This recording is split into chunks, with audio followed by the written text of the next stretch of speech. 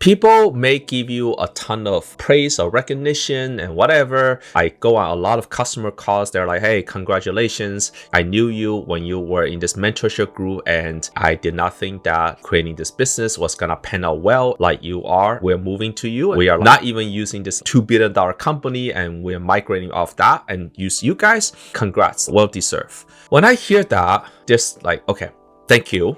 There's also this fear of this could all go away. Hello everyone, today's topic is this can all go away if I forget this. Now, to set the stage, recently I have felt my life has become a lot better. I don't have that many financial worries. I don't have any parental worries, knock on wood. I don't have any friends worries. It's just like I don't have that many big issues in my life. Also, this year I made an effort to start dating more. And I have noticed that on the dating apps, I am quote unquote pretty desirable. And I get a lot of matches. I actually became a little bit puzzled. I went to my friend and I said, life has been pretty good. I did not have this kind of this amount of attention back in the day, and now I have a lot more attention. Before you meet on a dating app, everything is materialistic. It's very transactional. It's based on value. It's based on kind of like how good you look on paper. And my friend made a comment that first, you are not bad looking, so you pass the looks test. Second, you are financially stable and you are successful, and that indicate you are a provider and you are ambitious. And so that's why you get matched a lot on dating apps. With that kind of insight and observation, I have this feeling that life is intrinsically better. I really don't have that many worries. I also know my hobbies and what I like to do, and I'm also constantly improving. So should I be ecstatic? Should I be really happy? What's missing? Could this all go away? What could I be doing such that all of this evaporates tomorrow? So that led to the premise of this video. If you like this kind of video, please subscribe. And by the way, one of my goals for 2026 is to get to 100 subscribers. We are at 88 right now, and so just 12 more. So if you like this kind of video, please do me a favor and subscribe. That will help me or motivate me to continue to make these videos, which is telling about the startup world through examples. The reason that I am quote unquote high value on paper is that I'm successful. And I'm successful because I have a company that when I was working really hard, nobody saw that. I had this theory that 37 years of self-improvement handed on a silver platter for my future wife. This is a joke. Obviously, I'm gonna get a lot of value in return and it's gonna be a great marriage and so on. But they are not joining me when I was super stressed and really not having it figured out. It's the future spouse will enter into my life when I am more leaning in the equilibrium, more on the provider side than on the kind of figuring out the career side. With that kind of state, what am I missing? I look fine because I got into a strict exercise and diet regime. I am high value because I have a business that does well. But if you trace down all the dependencies, you will land at this place where it still depends on something. Something can break, which can set off a domino effect such that I'm no longer high value. So the company is successful, but is it successful? Could something happen that the company is no longer successful? And it could happen because right now the company survives, but it's not by no means a venture-backed company. And the types of engineers we have are venture-backed engineers. They want to work at a high-growth company. The reason that this topic came up for me was that I'm trying to link what's the current problem of the business with life is objectively better and things are definitely way better this year than all the previous years combined. But still, the problem remains that engineers want to see high growth and we don't have high growth. And so the weak link in the system is that if we continue to not have high growth, great engineers could leave. And which result in us not able to create the best products, which will stifle growth. This actually made me think of a very interesting theory that the whole world is like a Ponzi scheme, meaning that when you raise venture capital money from Sequoia, while you're not successful, but it makes people believe that you're successful, and that allows you to hire the best people, and the best people end up making the better decisions for your company, which it becomes a self-fulfilling prophecy. That's why if there's any downside to my theory about running a company, which is like hire by filtering and don't hire the best yet because you're not qualified to hire the best engineers yet, there's a downside to it, which is the best engineers, for better or for worse, they are great engineers. They're not necessarily great business people. They don't see through that like this is gonna be like a great financial outcome. They think that going to the venture capital track is the better outcome. And as a result, you tend not to attract the best engineers. And when I listen to a lot of these podcasts, one of the downsides of staying small and not taking VC money is that.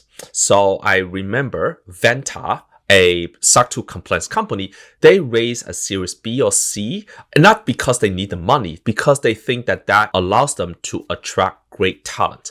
And there is a lot of truth to that. So I'm mentioning that example because I do see a weak link in the entire system that I have. In the early days of the startup, everything is a weak link. Everything can break. So you're constantly paranoid about every possible problem. Now, things are more stable.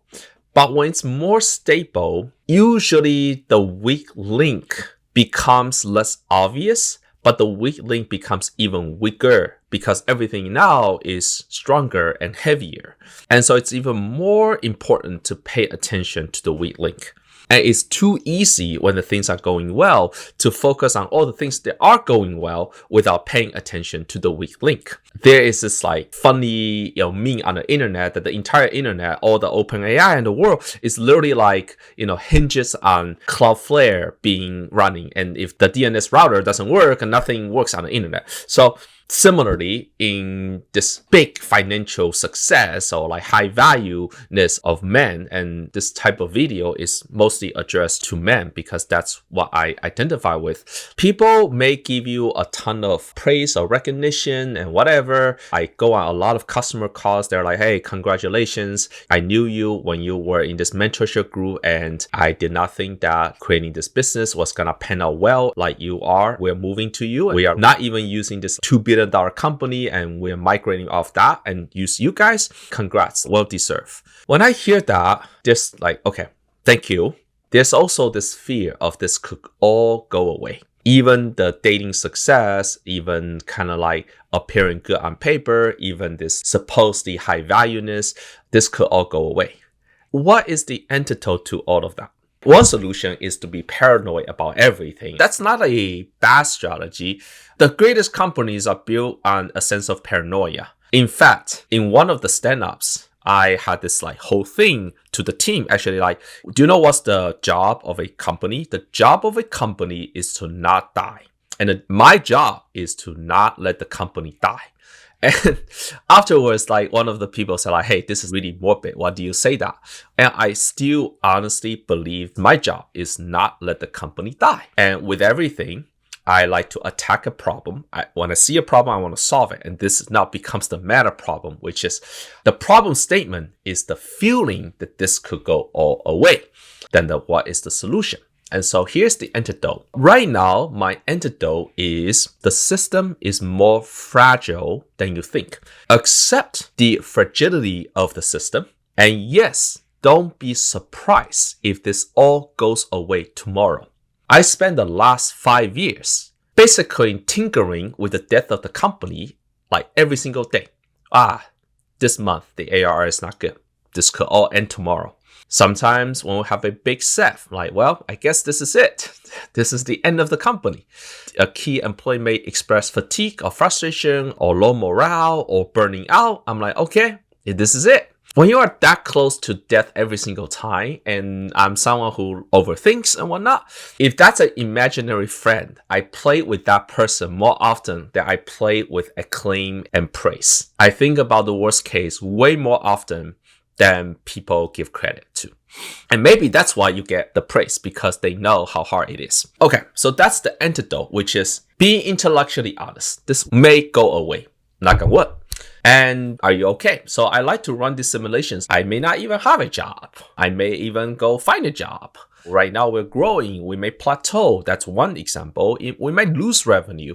We could have some big problem that the whole company goes under. A key employee could leave. The customers could revoke. Some competitor just builds a better AI. But out of all those possibilities, the most probable way is like we're not growing enough to retain the best talent. And if I identify that being the path, that's the most likely risk, then my job is to focus on growth. So as much as I like to focus on long-term growth, sometimes I do balance the act of, okay, we probably need some short-term growth to boost the employees' morale. Because there's one way to boost the morale, which is like hire more people, because employees also complain like, hey, folks, we have, every year, 1 or 2 people leave and our team doesn't really grow. And when the team doesn't grow, I don't feel good. I don't feel like this is a growing company. I'm like, I heard you. That's right. I think that the problem was we overhire. But this is the corollary of the antidote, which is be very clear what is the solution, because you could correctly identify the problem, but you actually don't know the correct solution. So in this case, the solution is not to backfill the engineer. My stomach doesn't feel good. And the solution is take this pill so that you feel better. But the actual solution is you just probably ate something bad. And in this case, the solution is the growth. And I asked the hypothetical question. I'm like, if the company is growing really fast right now, would you complain that we are not backfilling this person yet? They're like, no, if we're really growing fast, there's no question we will hire more people. I'm like, bingo. The problem is not that we're not backfilling, which we might still backfill, just to be clear. We have the money to backfill. It's just like I don't want to make it feel like I owe the company to backfill whenever a person leaves. Just making it like, oh, we're down one person and now we have to make up that one person doesn't solve the problem. It doesn't solve the morale problem. The morale problem, if there is one, is because the company is not growing fast enough. And currently, that is the thing that could make all of this go away, which is, are we growing fast enough? And that goes all the way back to the beginning of, even if something looks great, it all depends on one weak link. And the best founders find that weak link and try to solve it the best way they can, while accepting if they don't solve it, it could all go away. And accepting that fact is very liberating. So you might come to this video of like trying to find, hey, this could all go away if I forget this. This is not some ingredient. This is not something you do. This is actually a mindset of accepting that, yes, it could all go away. So do something about it, but keep the equanimity that this could be your life forever. And that's why I feel like in order to be able to do this, you have to look over the fluff. The fluff being like, most people don't really know your business. Most people don't know you. And most people couldn't really give you the answer. And don't be blindsided by what people say. Figure out a way that works best for you. And the answer has to come within. Sometimes when people say something, it unlocks a certain part of your body that like, oh, that makes sense. That's the answer I'm looking for. It has to fit into the puzzle really well. It cannot just be like accepting some advice at face value. So to summarize, as a founder that's running a survivable business, we have achieved only 0.5 of all the people that want to start a SaaS company are able to achieve. We are maybe middle of the pack among all the venture capital companies. That's why, I subconsciously compare ourselves to that range. By all objective measures, we are doing well. But even that doesn't eliminate the fact that it could all be gone tomorrow. In fact, another thing, now that I'm talking about it, the other thing that could all be gone is like my own net worth is heavily concentrated on the company. And one of the things I need to solve is the diversification problem, which is how can I diversify some of that net worth into actual liquid cash? And the way to do that, you're talking about QSBS, you're talking about various forms of secondaries. But in order to do secondaries, you have to hit a certain ARR. It all kind of naturally deduce all the way back to one thing you need to do. And maybe that's the lesson for most folks is think a lot, deduce everything, and have the intellectual honesty to keep deducing until you find, if this doesn't go well, nothing else matters. Everything else will fall because of this problem, and solve that problem without incurring too many other problems. And this is why it's very interesting. This is why founders like to think a lot. And the job is to think strategically, have the intellectual honesty of working backwards, identify the root cause, and try to solve that root cause. People stumble because they don't have the intellectual honesty and just let the praise be like, nothing is wrong. So that's the first step. The second is be able to find the right solution. Take the morale example. You could backfill, or you could just like, hey, we need to grow faster. And that's the harder problem. The harder problem is how do you grow faster? In our case, I think we're gonna be fine because we spent literally the last 3 years building these products. And so like we have the ammunition to go faster. It's not like we're only starting a new project now. So we like basically the projects that we've been working really hard for the last 2 or 3 years are coming into fruition. So it's probably easier solution than we think. And in order to come to that state, I thought about it like 3 years ago. Because I know if this is a problem, we're going to have the same problem as well when we hit $10 million of ARR, which is how do you now keep the engine going? Well, you start preparing it for it now, which is keep investing in the future. Anyway, I know it's a little bit of a circular reasoning, but I hope this is helpful of be intellectually honest with yourself. This could all go away and accept that fact, and you're going to do fine. Thank you so much for watching. Until next time.